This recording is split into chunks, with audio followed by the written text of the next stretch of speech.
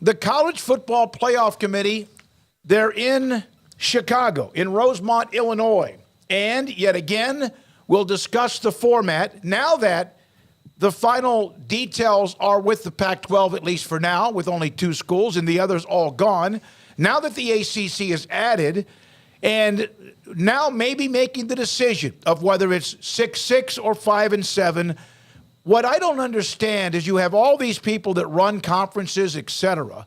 I don't understand why it takes so long if you meet throughout most of the day to just know where you are, but kick the can down the road. And we'll hear from what's his name, Bill Hancock will come out and say something to the effect, well, we still have some work to do.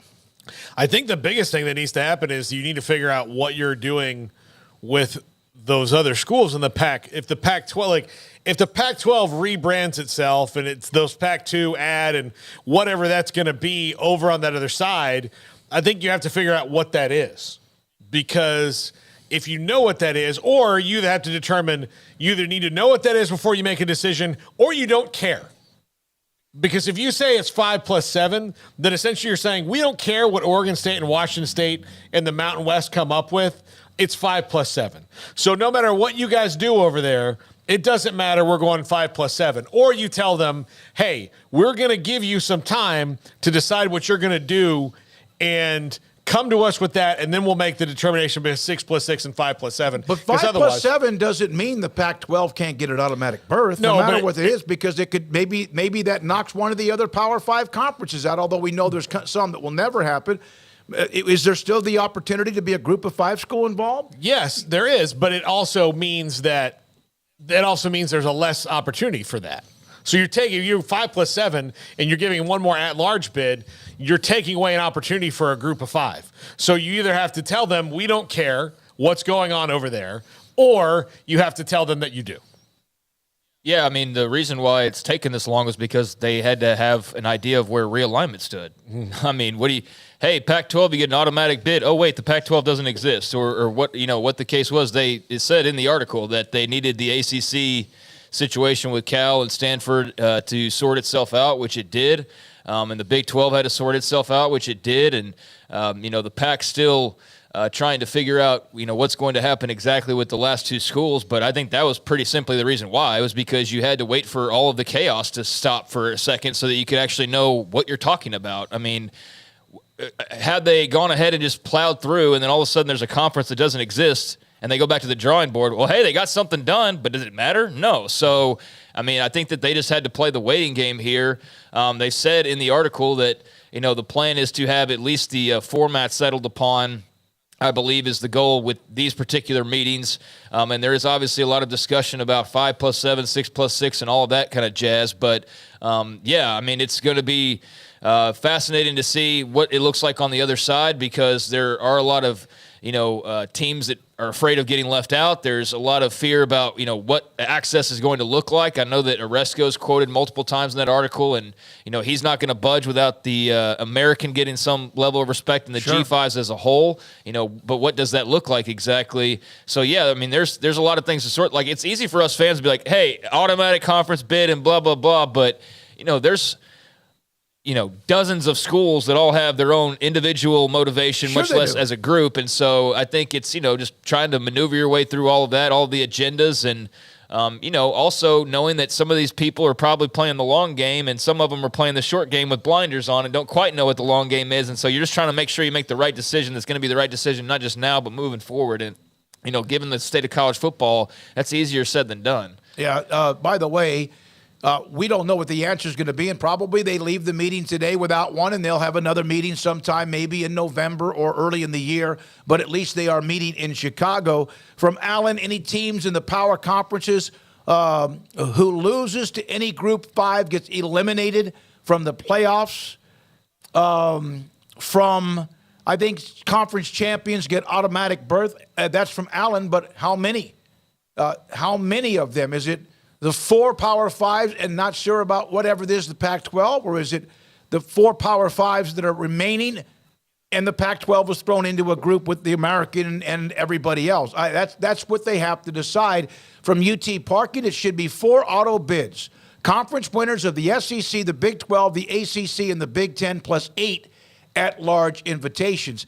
Now you're really, if you do that, you're eliminating the group of 5. Maybe Tulane slips in one year. Maybe like Cincinnati did a couple of years ago. But the odds of them getting in really are minimized if you go to 4 and then 8 at-large. Yeah, I think that I think they'll probably, like 5 plus 7 to me seems to make the most sense of the easiest thing to do. But then again, I mean, you have to, you're telling the Mountain West and Oregon State and Wazoo, we don't care what you guys are doing. It doesn't matter. Whatever you figure out doesn't matter because it's going to be 5 plus 7. So agree to it, or it doesn't matter. So Barry Crawford. Per NCAA rules, and I don't know this for sure, but Barry, thank you. The Pac-12 or 2 has 2 years starting next July to get back to 8 teams. Until then, the Pac is still a Power 5 conference.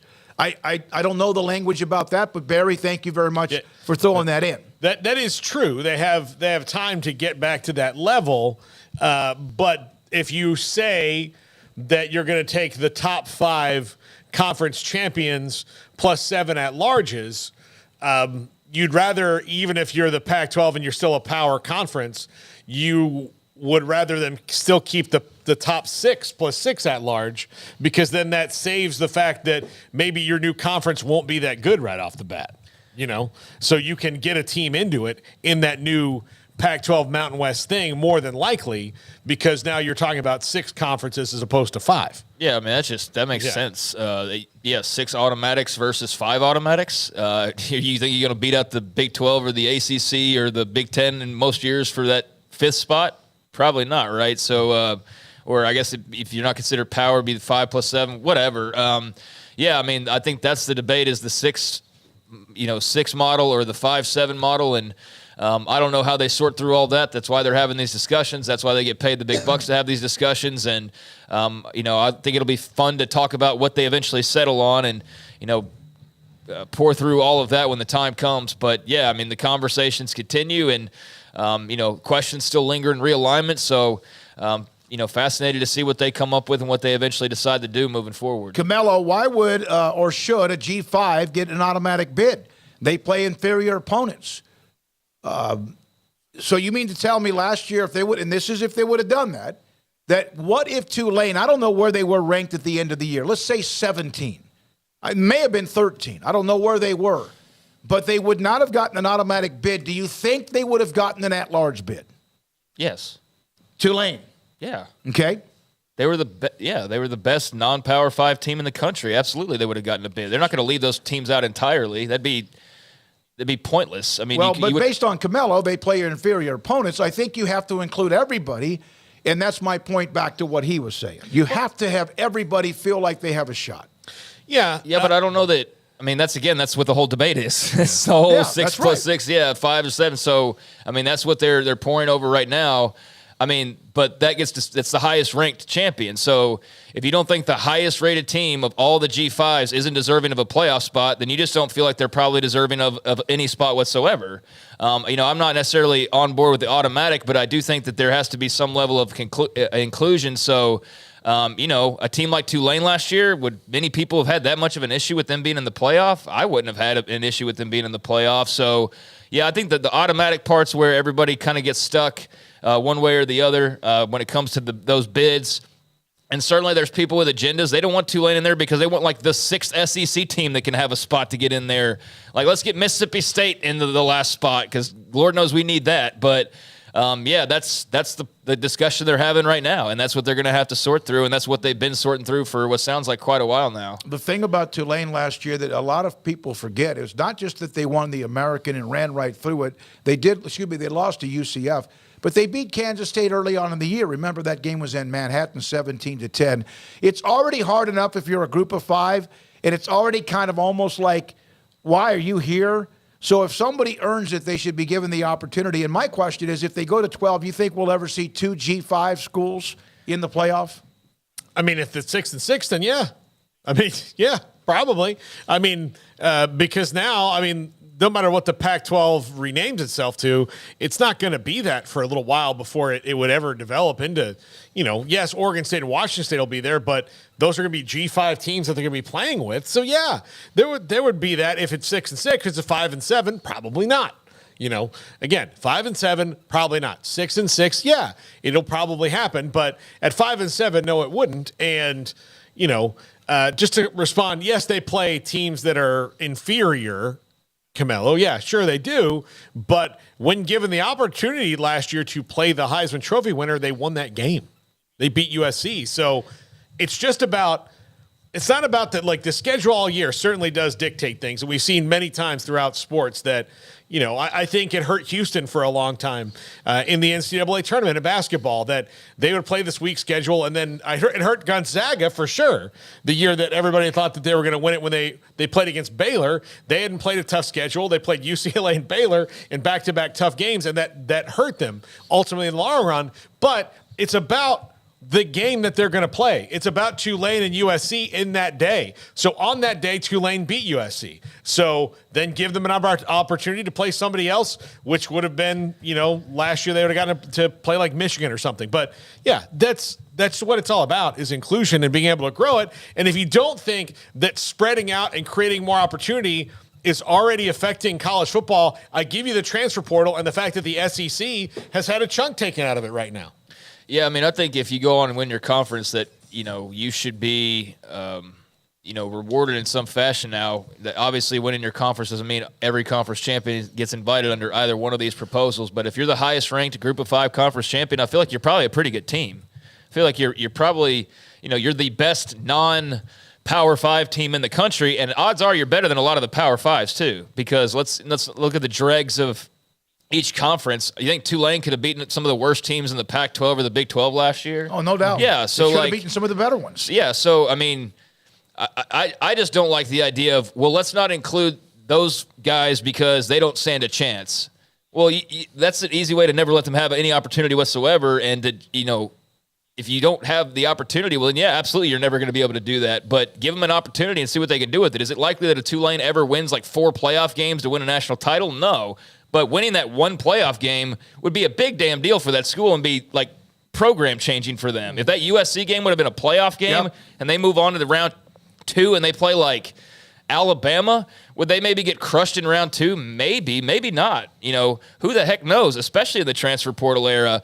But beating USC in a playoff game and then going and having all the hype and exposure of another week and playing Bama and having whatever that looked like, I mean, you mean to tell me that wouldn't be way bigger than any Cotton Bowl, standalone win that they've ever had before? It was massive. It was enough that it was this year. And so, Tulane does get to play somebody from the Power 5. They've played LSU, but it's been a while. But they did beat Kansas State this year, lost to Ole Miss. So I don't see why including them is really that big of a deal, or why you wouldn't want to have some type of representation like that. I think no matter what, you have to have a chance. And I think that if the chance means you're a group of 5 and there's one opportunity for sure, then I think that it kind of keeps everything together, like epoxy glue. Everything kind of keeps together. Even if it's 1 out of 12 opportunities, at least it is that one. So there's that. A lot of you have different opinions. Some of you think, no, I mean, maybe they should schedule more games against the FBS.